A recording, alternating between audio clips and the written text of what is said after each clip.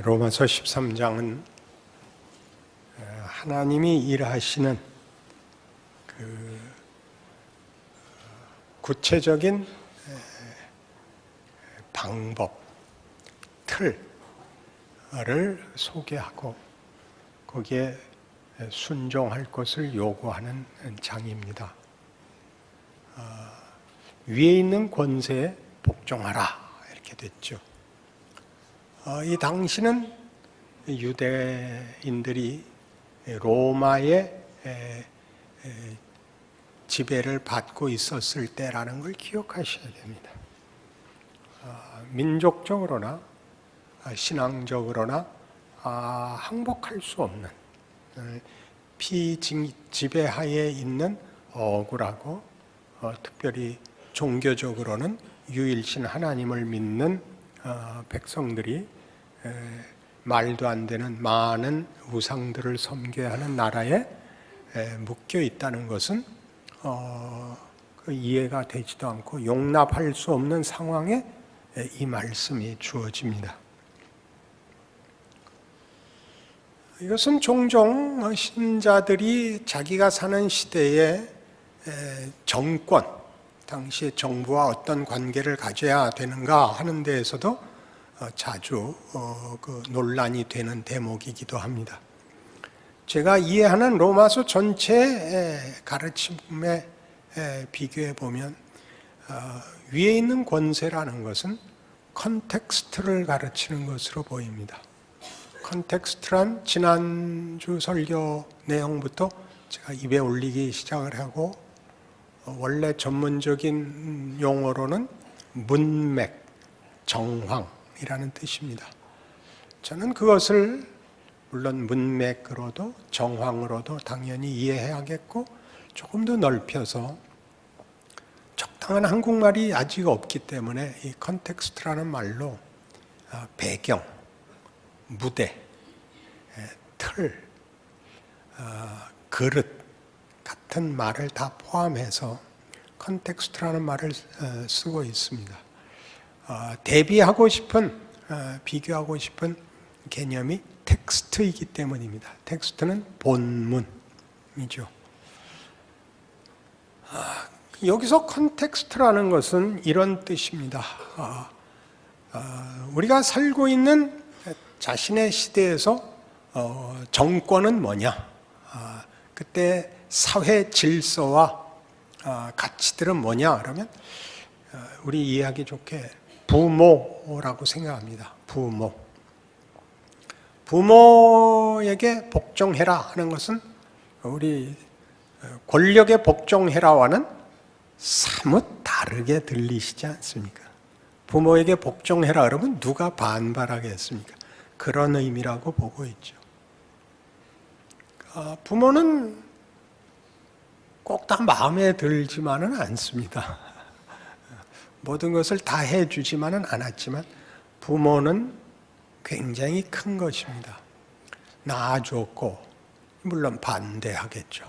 누가 낳아달랬어? 그건 이제 못 낳았을 때 하는 소리고 낳아줬고 길러줬습니다. 제대로 안 먹이고 제대로 공부 안 시켰는데 그렇게 말고 크게 부모가 있어서 내가 있고 최소한의 기본을 해주신 분이 부모입니다. 우리는 더 나은 부모가 되어야겠죠. 세상에서는 이 컨텍스트 경쟁 혹은 전진을 목적하게 됩니다. 더 나은 나라, 더 나은 사회. 우리 본문을 이해하는 쪽으로 조금 옮기면 우리는 우리 자식들한테는 더 나은 부모가 되고 싶습니다. 나라와 사회에서 더 나은 나라, 더 나은 사회라는 것은 그런 의미에서 권력을 가진 지도층이 잘해야 된다. 이렇게 쉽게 얘기할 수 있는 게 아니고 그것이 우리 중에서 뽑힌 자들, 다시 말하면 민도가 높아져야 된다로 분명하게 기억하고 있어야 됩니다. 전문적인 표현으로는 시민의식, 시민사회가 성립되어야 한다, 그겁니다. 민주주의의 좋은 점은 이것이죠. 평화로운 정권 교체가 될 수 있다는 것입니다. 굉장히 중요한 것이죠. 정권이 바뀌어도 똑같은데 그건 아직 민도가 올라가지 않아서 그렇습니다. 그러니까 민도가 올라가야 됩니다. 우리 모두가 권리는 책임을 수반한다는 것을 기억해야 됩니다. 고함을 지르면 해결이 되는 게 아니고, 우리나라는 왜 이 꼴이냐 이렇게 얘기하는 것은 스스로 침뱉기입니다. 그것은 우리의 현실입니다. 이민 가지 마십시오. 이민 가면 쫓아가서 죽여버릴 것이죠.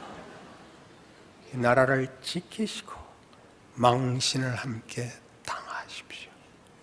그리하여 쌓아가셔야 됩니다.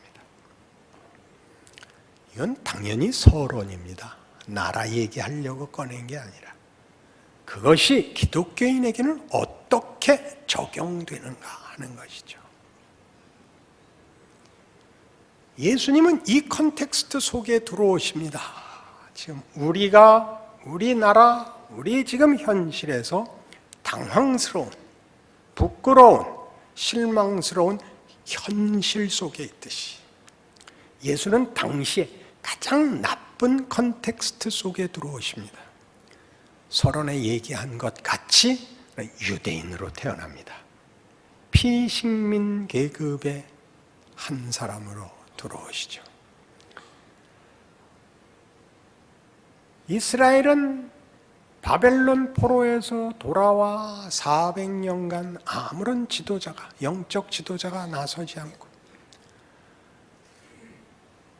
알렉산더 휘하에 있던 장군들에 의한 분할 통치에 속하여 피식민 계급으로 살다가 독립투쟁을 해서 독립을 잠깐 했다가 다시 로마 정권에 붙잡힌 바 된 것입니다.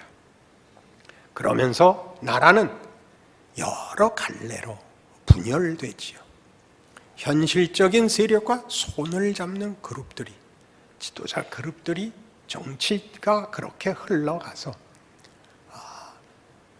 이스라엘이라는 나라의 고유한 민족성과 책임 같은 것은 저버리고 다만 현실적 이익에 급급한 정치 세력, 그리고 거기에 맹렬하게 반대하는 소수의 항쟁파 세력, 그때에 태어나셔서 이쪽에도 관심을 받고 저쪽에도 의심을 받는, 모두가 이해할 수 없는 아슬아슬한 여생을 사십니다. 기억나십니까? 그건 뭘까요? 결국 죽어버린 그의 공생애는 무엇일까요? 공생애를 시작하시길 때에 직전에 시험을 받으십니다. 광야에서. 사단이 마태복음식 순서로 하면 마지막 시험을 이걸 걸었죠. 천하 만국을 보여주며 내게 절하면 이 모든 것을 네게 주리라 거부하셨습니다. 오직 여호와께만 경배하고 다만 그를 섬길 것이니라, 그렇게 헤어지셨습니다. 컨텍스트를 소유하지 않으시고 컨텍스트 속으로 들어오셨습니다. 모두를 하나님을 경배하고 섬기도록 하는 텍스트가 되기로 하십니다. 그 말 알아들으시겠습니까? 컨텍스트와 텍스트는 다른데 그럼 어떻게 묶여 있는 것일까요? 그런 질문이 나오죠. 이삭에게서 그 비밀이 이렇게 잘 설명되어 있습니다. 이삭은 이스라엘 역사의 족장입니다. 3대 족장, 아브라함과 이삭과 야곱의 하나님으로, 구약에서 하나님은 이스라엘 백성에게 자신을 선포하시고 설명하십니다. 아브라함의 하나님, 이삭의 하나님, 야곱의 하나님입니다. 우린 아브라함의 하나님과 야곱의 하나님은 좀 이해가 되는데 이삭의 하나님은 사실 내용이 넉넉지 않습니다. 이삭은 누구죠? 100살에 얻은 자식입니다. 이삭이라는 이름은 아브라함에게 하나님이 자식을 주겠다 그래서 사라가 문 뒤에서 웃었습니다. 그렇죠? 하나님이 너 웃었다. 너 내년에 너 애 낳을 거다. 안 웃었습니다. 우겼죠. 너 웃었다. 그러니까 너 애 이름을 이삭이라고 줘라. 이렇게 된 겁니다. 그래서 그는 말하자면 당황스러운 이름을 얻게 된 겁니다. 사라가 믿지 않았던 아이, 그럴 수 없다고 생각했던 아이고 동시에 웃을 수 없는 집안에 웃음을 주는 아이가 되었습니다. 그런데 창세기 22장에 하나님이 나타나셔서 그 이삭을 잡으라고 합니다. 아브라함은 이삭을 잡으러 가지요. 모리아 산으로 가서 아들이 물어요. 다른 건 다 있는데 제물은 왜 안 갖고 오십니까? 걱정하지 마라. 하나님이 준비하실 거다. 애를 잡을 작정이니까 올라와서 이제 단을 하고 장작도 쌓고 애를 묶고 칼로 찌르려고 하는데 여호와의 사자가 나타나 됐다. 네가 제대로 된 신앙을 갖고 있는 거 내가 확인했다. 손대지 마라. 살아나죠. 우리는 그래서 아브라함이 부활의 신앙을 갖고 있다. 그 결론을 압니다. 그러나 그 부분은 좀 더 이해하셔야 됩니다. 아브라함은 이삭을 낳기 전에 이미 내 이름을 아브라함으로 고쳐라. 열국의 아비라는 뜻입니다. 모든 족속이 너를 인하여 복을 받을 것이고 네 자손이 하늘의 별 같고 바다의 모래 같으리라. 그러니 네 이름을 아브라함으로 바꿔라. 이렇게 됐죠. 자식은 하나도 없고 아무래도 안 죽어. 그리고 언제 낳아요? 낳을 수 없는 나이가 돼서야 낳습니다. 어떤 이유 때문에? 네가 만든 자식 아니다. 이거죠. 그리고 그 자식은 왜 줬을까요? 네가 만들 수 없는 것, 내가 약속하고 내가 만드는 것으로 네 후손을 하늘의 별 같고 바다의 모래 같게 하리라. 그럼 이삭 없이 그냥 만들면 될 거 아니에요. 그럼 구체화되지 않으니까 이삭을 줘요. 이삭을 네가 만들어서 생물학적 차원에서 자손이 번성하는 게 아니라 약속에 의하여 하나님의 의지에 의하여 생긴다 했지만 만들어 놓으니까 또 혼을 뺏기죠. 그래서 잡아라가 되는 거예요. 잡아라. 이 자식은 없어도 되는 거다. 아브라함이 알아들은 것 같아요. 가서 잡죠. 그러니까 이삭은 없는 거예요. 예수님에게 천하만국을 보여주고 이거 다 가져라. 대신 나한테 절해라. 그거 안 한다. 난 그거 가지려고 온 자 아니다. 난 모두를 하나님 앞에 경배케 하고 하나님만 섬기게 하려고 왔다. 그래서 그 속에 들어오죠. 그 속에 이삭은 이삭의 존재가 아니라 그 없어야 될 존재의 보임으로 텍스트를 갖고 있는 자로 보이는 거죠. 근데 텍스트만 있고 컨텍스트가 없으면 텍스트가 담길 데가 없어서 이삭은 그릇이다. 그렇게 얘기하는 겁니다. 그러니 우리가 사는 세상에 있는 시간과 구조, 질서, 조직이라는 것은 컨텍스트다. 그 속에 텍스트를 담는다. 이렇게 지난 시간에 얘기했습니다. 우리가 사는 그 시대의 조건, 환경, 정황, 수준 이런 것 모두 그것이 보이는 그릇이 되어 텍스트가 담기도록 우리에게 요구하는 것이 우리 각자의 독특한 지위인 것입니다. 그것은 사실 아무래도 좋은 것입니다. 그 아무래도 좋은 것이 그냥 무작위라는 뜻이 아니라 하나님의 각각에게 허락한 다양하고 특별한 지혜와 은사에 의한 자리라는 걸 기억하시고 공통된 텍스트를 묶으려고 하십니다. 예수입니다. 그러니 시민사회를 만들자, 더 나은 국가를 만들자라는 컨텍스트의 개선 이외에는 텍스트가 없는 세상에서 그 컨텍스트를 만들기 위하여 텍스트를 가지고 있는 자들만이 지금 오직 분노하고 비난하고 보복하고 밖에는 가질 수 없는 세상에서 컨텍스트를 유지케 하는 실력을 가지고 있는 자가 되는 것입니다. 어떤 컨텍스트 속에서도 하나님은 텍스트를 담아내실 수 있다를 아는 신자들만이 억울함을, 말이 안 됨을, 재난을, 불운을, 위기를, 의심을 견딜 수 있는 거죠. 나만 혼자 왔구만요. 철학의 가장 중요한 숙제는 살 것인가 말 것인가를 규명할 숙제가 주어져 있는 학문입니다. 아직까지 답을 찾지 못하고 있습니다. 사람은 살아야 되는가 죽어야 되는가 그걸 맹렬히 고민하고 있다까지밖에 못 오고 답은 아직 낸 사람이 없습니다. 그 답은 기독교에만 있습니다. 예수를 믿어야 한다. 왜? 인간은 인간이 만들 수 있는 것보다 더 굉장한 존재이기 때문이다. 그게 무슨 소리냐? 인간은 하나님의 피조물이다. 하나님의 의지와 목적이 완성되어야 하는 존재이다. 그것은 영광된 것이다. 이 기독교가 가지는 답입니다. 어떻게 얻는가? 예수 안에서 창조의 하나님이, 구원의 하나님이 그것을 당신의 목적으로 하고 있기 때문에 네 인생 속에서 하나님이 신비하게 간섭하실 것이다. 그게 기독교 복음입니다.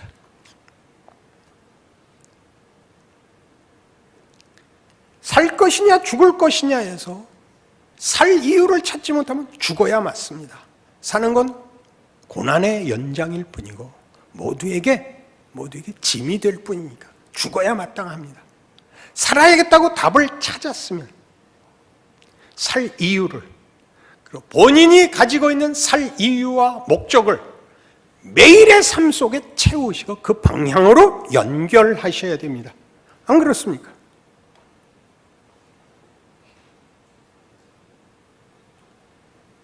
컨텍스트를 개선하는 것이 목적이 아니라 어떤 컨텍스트 속에서도 텍스트를 담을 수 있고 하나님이 그 텍스트를 담아 우리를 예수 그리스도로 보이신 죽음을 뒤집을 수 있는 기적을 살고 있고 하나님의 성실하심과 궁극적 승리를 우리를 통하여 구현하고 계신다고 안다면 우리는 무서울 게 없는 겁니다. 더 나은 나라에 태어나고 싶다고요? 그래서 뭐 하려고요? 아무것도 안 할 거 아니에요. 좋은 나라에 가서 와인 한 잔에 좋은 책 하나 보겠다고. 좋은 책은 없어요. 다 쓰레기 같은 게. 성경을 보세요. 그리고 그 말씀이 가지는 약속의 명예로움을 아세요. 알아들으세요? 왜 목사님 이렇게 무섭게 말하세요? 진지하게 말하는 거야. 그게 아닌 인생은 속는 거예요. 그렇게 안 사는 것은 방치하는 거예요. 그렇게 살지 마세요.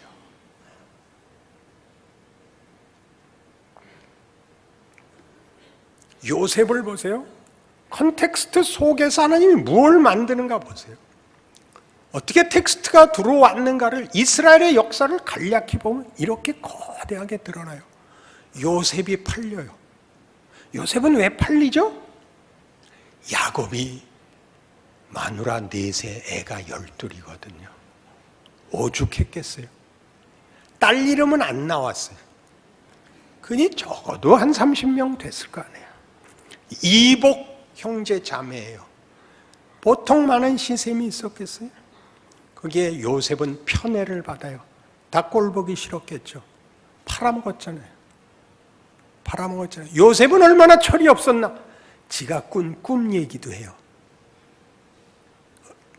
철이 없어서 미움을 받고 있는데 나가서 그 얘기했다 죽을 뻔하잖아요. 르우벤이 살려줘서 간신히 노예로 팔려서 애굽에 들어가요. 낯설은 땅에 들어가 모르는 사람들 속에서 종이 돼요. 그리고 무고를 당해서 억울하게 감옥에 갑니다. 그냥 보냈을 것 같아요. 그 시위대장이 반쯤 죽여서 보냈을 거예요. 아마 외눈백이었을 거예요. 카드에 나오는 원아이죄. 반쯤 패서 죽여갖고 보냈을 거 아니에요. 거기서 발은 족쇄에 묶이고 몸은 쇠사슬에 묶여 감당할 수 없는 나날들을 막막하게 보내는 거예요. 죽어야 나오는 것이에요. 거기서 부름을 받아서 총리가 돼요. 요셉은 보복하지 않아요. 원망하지 않아요. 했을 거예요. 그런데 하나님이 그가 당한 눈물과 한숨과 비명과 분노 속에 무엇을 담았느냐고요? 그래 자기 식구를 구해요. 식구가 모두 들어와 고센 땅, 가장 기름진 땅을 받고 거기서 한 민족을 이루어요. 너무 융성해져서 바로가 드디어 이런 칙명을 내려요. 히브리 민족은 사내 아이를 낳으면 죽여라. 얼마나 무서운 컨텍스트 속에 있었겠어요. 그래서 모세를 나일강에 떠나보내요. 근데 그걸 누가 건져요? 바로의 공주가 건져서 왕자로 키워요. 자긴 뭔지 모르고 잘 컸을 거예요. 잘 먹고. 그리고 나이 들어서 자기가 누군지 알아요. 자기 백성 구하러 나갔더니 아무도 안 들어요. 그래서 망명을 하죠. 미디안 광야에 가서 40년을 녹아버려요. 어느 날 하나님이 오셔서 자 가자, 내 백성을 구해야겠다. 아이고 하나님 늦었습니다. 그 모세 데리고 와서 10가지 재앙 내리고 홍해를 가르고 구름기둥 불기둥으로 인도하여 만나와 메추라기를 먹고 반석에서 나오는 샘을 먹여 젖과 꿀이 흐르는 땅에 들여보내고 나라를 세우고 그리고 부패하고 배신해서 망하여 바벨론 포로가 됩니다. 그리고 지금은 로마 제국 아래 신피식민 계급이 되었고 자중질환 속에서 막막한 현실을 보내고 있는, 그리고 2000년 다시 유대인이나 욕하면 여러분들 책임이 끝나는 것 아닌 기독교 유산을 우리에게 물려주신 것입니다. 자, 그리고 우리는 한국에 태어났습니다. 조급하고 성급하게 선진국을 뒤쫓아갔지만 민도가 따라오지 못한 현실을 살고 있습니다. 우리 우스갯소리에 그게 있죠.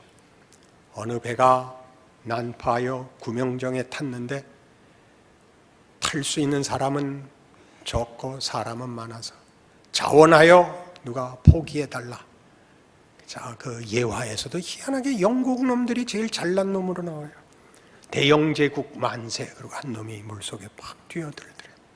그리고 이 나라 저 나라 하나씩 뛰어들었는데 한국 사람 하나가 나섰죠. 대한민국 만세. 그리고 옆에 있는 일본 놈을 밀어 넣었다.